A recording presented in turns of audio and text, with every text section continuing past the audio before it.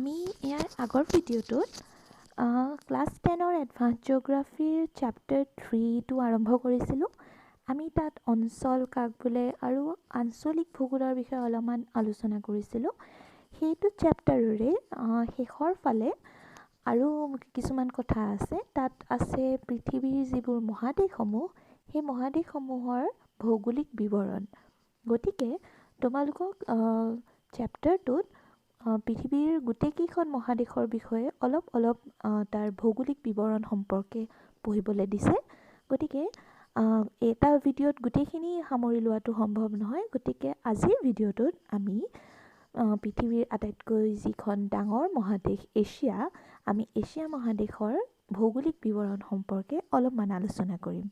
গতিকে আমি আজিৰ ভিডিঅ'টো আৰম্ভ কৰোঁ। গতিকে আমি প্ৰথমতে চাওঁ এছিয়া মহাদেশৰ ভৌগোলিক বিৱৰণৰ মূল কথাখিনি। গতিকে আমি জানো যে এছিয়া মহাদেশখন হৈছে পৃথিৱীৰ ভিতৰতে সৰ্ববৃহৎ মহাদেশ। ইয়াৰ মাটিকালি কিমান বুলি সুধিলে আমি ক'ব পাৰিম যে 44.5 নিযুত বৰ্গ কিলোমিটাৰ। গতিকে এতিয়া এছিয়া মহাদেশখনৰ অৱস্থান বুলি কোৱাৰ লগে লগে আমি যিহেতু জিঅ'গ্ৰাফি ষ্টুডেণ্ট, গতিকে আমি জানিব লাগিব যে জিঅ'গ্ৰাফিত এখন দেশৰ অৱস্থান কিহৰ জৰিয়তে প্ৰকাশ কৰে। গতিকে আমি জানো যে অক্ষৰেখা আৰু দ্ৰাঘিমা ৰেখাৰ জৰিয়তে প্ৰকাশ কৰে। গতিকে আমি ভৌগোলিক অৱস্থান বুলি কোৱাৰ লগে লগে আমি ক'ব লাগিব যে এছিয়া মহাদেশৰ ভৌগোলিক অৱস্থান মানে অক্ষৰেখা আৰু দ্ৰাঘিমা ৰেখাৰ বিস্তৃতি কিমান।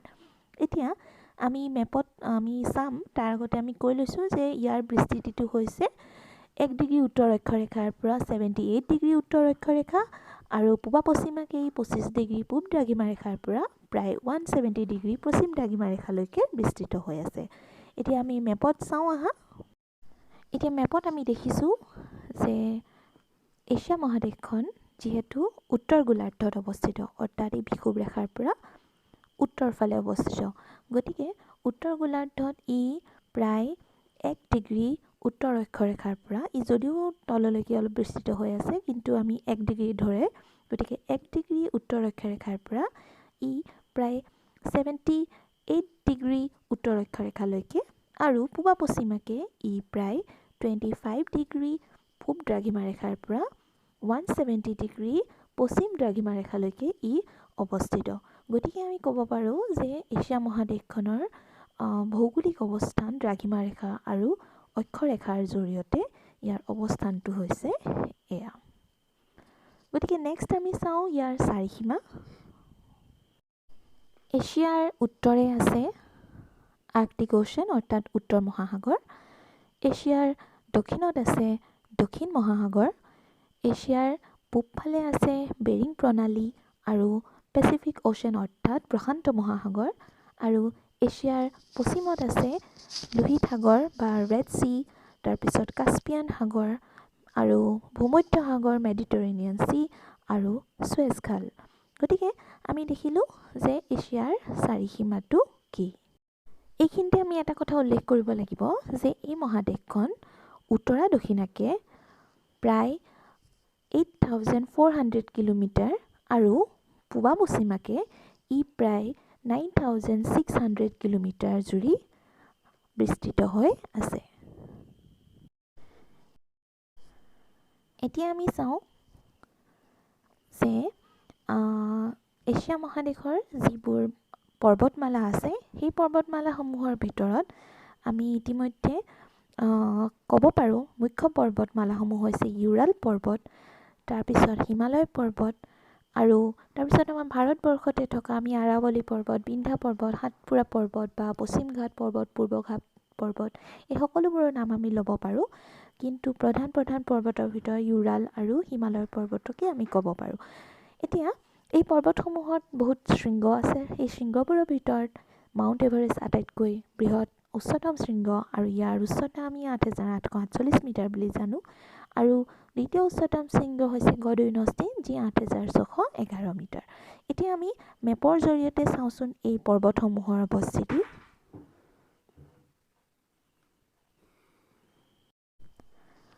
আমি উল্লেখ কৰিছিলোঁ ইউৰাল পৰ্বতৰ কথা। গতিকে এই হৈছে ইউৰাল পৰ্বত। ইউৰাল পৰ্বতৰ পিছত আমি হিমালয় পৰ্বত, তাৰপিছত আৰাৱলী পৰ্বত আছে ৰাজস্থানৰ ওচৰত, তাৰপিছত আছে পশ্চিম ঘাট পৰ্বত, পূৰ্ব ঘাট পৰ্বত। গতিকে এইকেইটা মুখ্য পৰ্বত যি আমাৰ কিতাপত উল্লেখ আছে, আমি কিতাপত উল্লেখ কৰাখিনিকে ইয়াত মেপৰ জৰিয়তে দেখাইছোঁ। গতিকে এইখিনি হৈছে মুখ্য পৰ্বত। পৰ্বতমালাৰ পিছত এতিয়া আমি চাওঁ যিবোৰ মালভূমি অঞ্চল আছে, সেই মালভূমি অঞ্চল কিতাপত উল্লেখ আছে। বিশেষ আমাৰ যি মালভূমি অঞ্চল, সেই মালভূমিৰ অঞ্চলৰ ভিতৰত আমি উল্লেখযোগ্য মালভূমি হৈছে তিব্বত মালভূমি, দাক্ষিণাত্য মালভূমি, ইৰাণ মালভূমি, পামিৰ, মংগোলীয় মালভূমি। গতিকে আমি মেপৰ জৰিয়তে চাওঁ।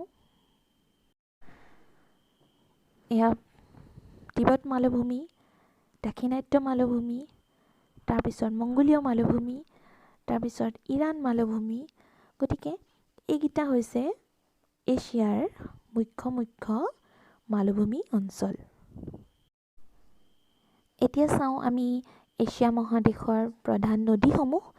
এছিয়া মহাদেশৰ নদী বুলি ক'লে আমি জানো ভাৰত এখন নদীমাতৃক দেশ। গতিকে ভাৰতৰ নদীসমূহতো আছেই, তাৰ উপৰিও চীনৰ নদীও আছে। গতিকে আমি চাওঁচোন কি নদী আছে যিবোৰ এছিয়া মহাদেশৰ বিখ্যাত আমি বা উল্লেখযোগ্য নদী বুলি ক'ব পাৰোঁ।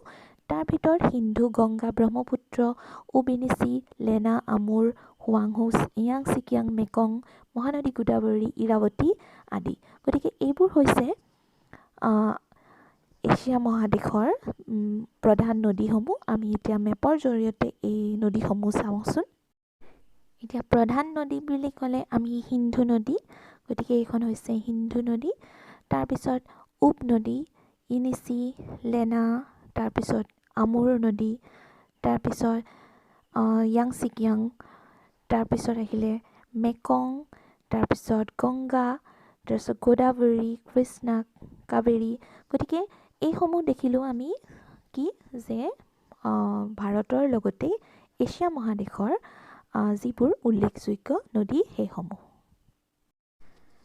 এতিয়া চাওঁ আমি যে এছিয়া মহাদেশৰ যিবোৰ উল্লেখযোগ্য দ্বীপ বা দ্বীপপুঞ্জ সেইসমূহনো কি। গতিকে আমি দেখিছোঁ যে এছিয়া মহাদেশখনৰ পূবফালে প্ৰশান্ত মহাসাগৰ আৰু দক্ষিণে ভাৰত মহাসাগৰে আগুৰি আছে। গতিকে এই মহাসাগৰত বহুতো দ্বীপ বা দ্বীপপুঞ্জ আমি দেখিব পাওঁ। তাৰ ভিতৰত আমি দেখিছোঁ যে জাপান এটা মুখ্য দ্বীপ বা দ্বীপপুঞ্জ। তাৰ উপৰঞ্চি আমি ফিলিপাইনছৰ কথা ক'ব পাৰোঁ, মালয়েছিয়া, ইণ্ডোনেছিয়া আৰু সুমাত্ৰা, তাৰপিছত শ্ৰীলংকা, তাৰপিছত আন্দামান এণ্ড নিকোবৰ দ্বীপপুঞ্জ, তাৰপিছত আৰৱ সাগৰৰ লাক্ষাদ্বীপ। গতিকে এইবোৰ হৈছে এছিয়া মহাদেশৰ উল্লেখযোগ্য দ্বীপ বা দ্বীপপুঞ্জ।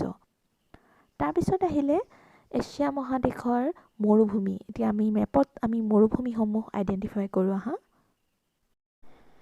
এছিয়াৰ প্ৰধান মৰুভূমি বুলি কোৱাৰ লগে লগে আমি আমাৰ মনলৈ আমাৰ ভাৰতৰখন প্ৰথমতে আহে। গতিকে আমি ভাৰতৰ ৰাজস্থানৰ থৰ মৰুভূমিৰ নাম ল'ব পাৰোঁ। তাৰপিছত গোবি, এখন শীতল মৰুভূমি। তাৰপিছত আহিলে টাকলামাকান, তাৰপিছত আমি আৰৱৰ মৰুভূমিও আছে।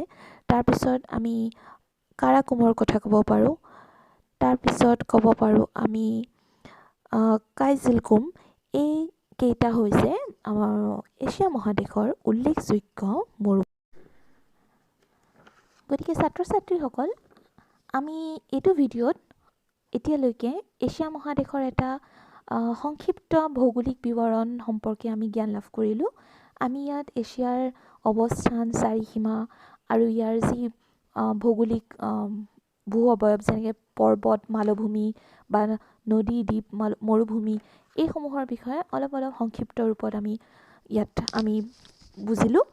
আৰু যিহেতু ইয়াত এছিয়া মহাদেশৰ সকলোখিনি পৰ্বত, মালভূমি বা দ্বীপ, নদী আদিৰ উল্লেখ নাই, আমি কিতাপত বাছি যিকেইটা কিতাপত আমি উল্লেখ আছে সেইকেইটাকে বাছি ইম্পৰ্টেণ্টখিনি, উল্লেখযোগ্যখিনি আমি বাছি ইয়াত আমি আইডেণ্টিফাই কৰিছোঁ।